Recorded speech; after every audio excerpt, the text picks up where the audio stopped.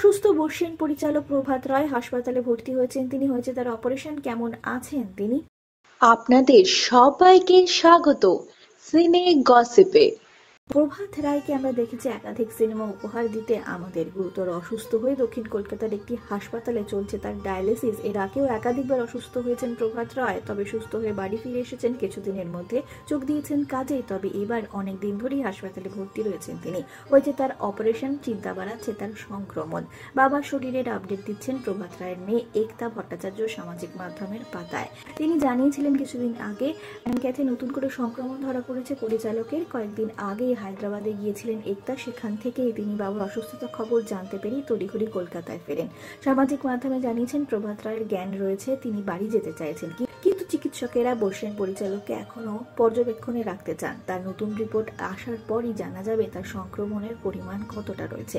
7ই মে social মিডিয়ায় একটি বিস্তারে পোস্ট করেছিলেন একতা ভট্টাচার্য। তিনি জানিয়েছিলেন তিনি বাবা প্রভাত রায়ের কাছে ছিলেন, তবে কর্মসূত্রে তার স্বামী থাকেন হায়দ্রাবাদে। প্রভাত তাকে জোর করে হায়দ্রাবাদে পাঠিয়েছিলেন, তড়িঘড়ি বেরিয়েও পড়তে বলেছিলেন যাতে ফ্লাইট মিস না হয়। একতার আশঙ্কা ছিল তার বাবার শরীরের অবস্থা নিয়ে। পর ভিডিও কলে তার বাবাকে দেখেই তিনি বুঝতে পারেন তার বাবা অসুস্থ। পরেই প্রতিবেশীর সঙ্গে যোগাযোগ করে প্রভাত রায়কে হাসপাতালে ভর্তি করার সিদ্ধান্ত নেয়। একতার কথা হাসপাতালে ভর্তি করতে 15-20 মিনিট দেরি হলেই প্রভাতের বড় বিপদ হতে পারত।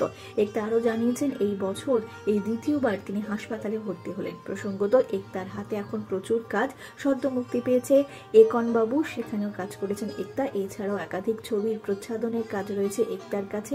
তবে এখন একতার চিন্তা বাড়াচ্ছে তার বাবার শারীরিক অসুস্থতা। সোশ্যাল মিডিয়ায় নিয়মিত তার বাবার শরীরের খবর দিচ্ছেন একতা। একতার মতো আমরাও চাই বর্ষিয়ান পরিচালক প্রভাত রায় যেন দ্রুত সুস্থ হয়ে বাড়ি ফিরে আসেন। আমরা হলাম সিনে গসিপ। জুড়ে থাকুন আমাদের সঙ্গে, সাবস্ক্রাইব করুন আমাদের এই ইউটিউব চ্যানেলটি।